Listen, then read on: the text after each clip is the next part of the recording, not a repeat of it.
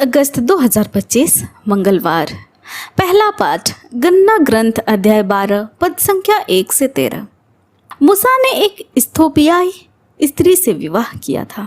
इस इथियोपियाई पत्नी के कारण मरियम और हारून मूसा की निंदा करने लगे। उन्होंने कहा, क्या प्रभु केवल मूसा के द्वारा बोला है? क्या वो हमारे द्वारा भी नहीं बोला है? प्रभु ने यह सुना। मूसा अत्यंत विनम्र था। वह पृथ्वी के सब मनुष्यों में सबसे अधिक विनम्र था। प्रभु ने तुरंत मूसा, हारून और मरियम से कहा, तुम तीनों दर्शन कक्ष जाओ। तीनों वहां गए।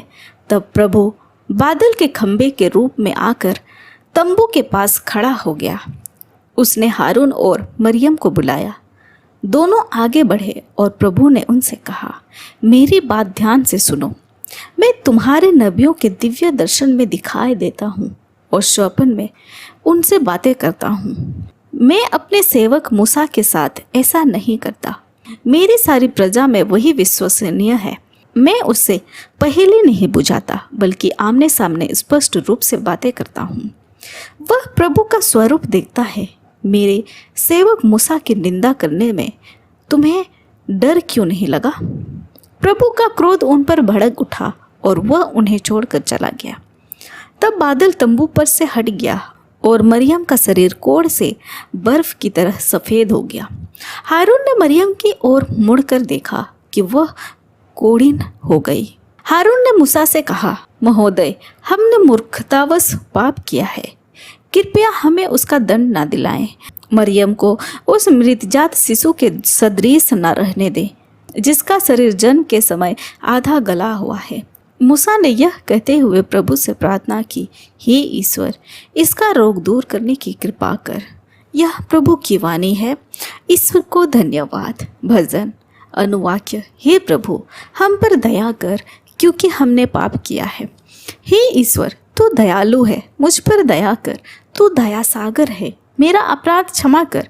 मेरी दुष्टता पूर्ण रूप से धो डाल। मुझ पापी को शुद्ध कर। अनुवाक्य, हे प्रभु, हम पर दया कर, क्योंकि हमने पाप किया है। मैं अपना अपराध स्वीकार करता हूँ। मेरा पाप निरंतर मेरे सामने है। मैंने तेरे विरुद्ध पाप किया है। जो काम तेरी सृष्टि में बुरा है, वही मैंने किया है। अनुवाक्य, हे प्रभु, हम पर दया कर, क्योंकि हमने पाप किया है। हे ईश्वर, मेरा हृदय फिर शुद्ध कर और मेरा मन सुदृढ़ बना। अपने संधियों से मुझ पर ना दूर कर और अपने पवित्र आत्मा को मुझसे हटा। अनुवाक्य, हे प्रभु, हम पर दया कर, क्योंकि हमने पाप किया है। जय घोष, हालेलुया। गुरुवर, आप ईश्वर के पुत्र हैं। आप इज़राइल के राजा हैं। हालेलुया। संत मत्ती के अनुसार आज का पवित्र सुसमाचार अध्याय 14 पद संख्या 22 से 36। लोगों के तृप्त हो जाने के बाद यीशु ने अपने शिष्यों को उसके लिए बाध्य किया कि वे नाव पर चढ़कर उनसे पहले उस पार चले जाएं। इतने में वह स्वयं लोगों को विदा कर देंगे। यीशु लोगों को विदा कर एकांत में प्रार्थना करने के लिए पहाड़ी पर चढ़े।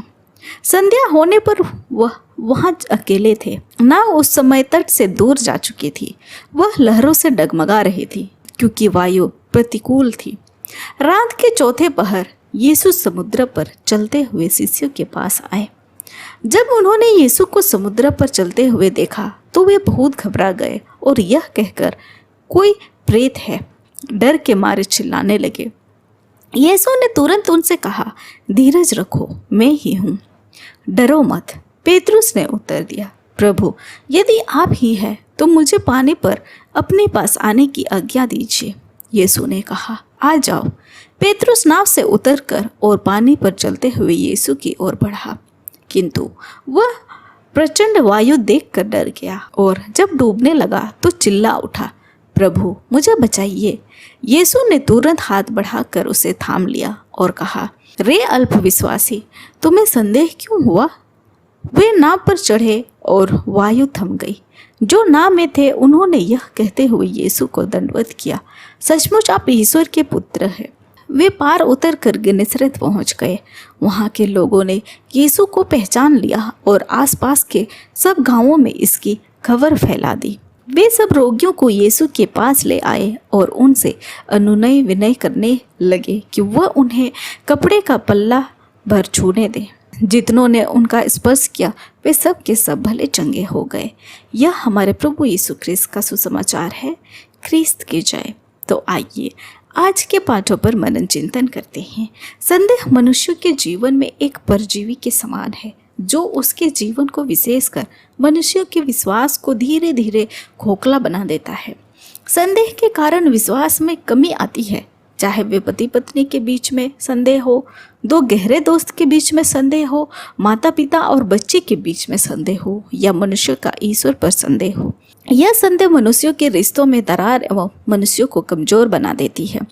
जब कभी हमें मुश्किलों में देखकर हमारे जीवन में संदेह और भय आए तो हम ईश्वर से यह ना कहें कि हमारी मुश्किलें बड़ी हैं, परंतु मुश्किलों से यह कह दे कि हमारा ईश्वर बड़ा है। आमीन। आप सभी को जय यीशु।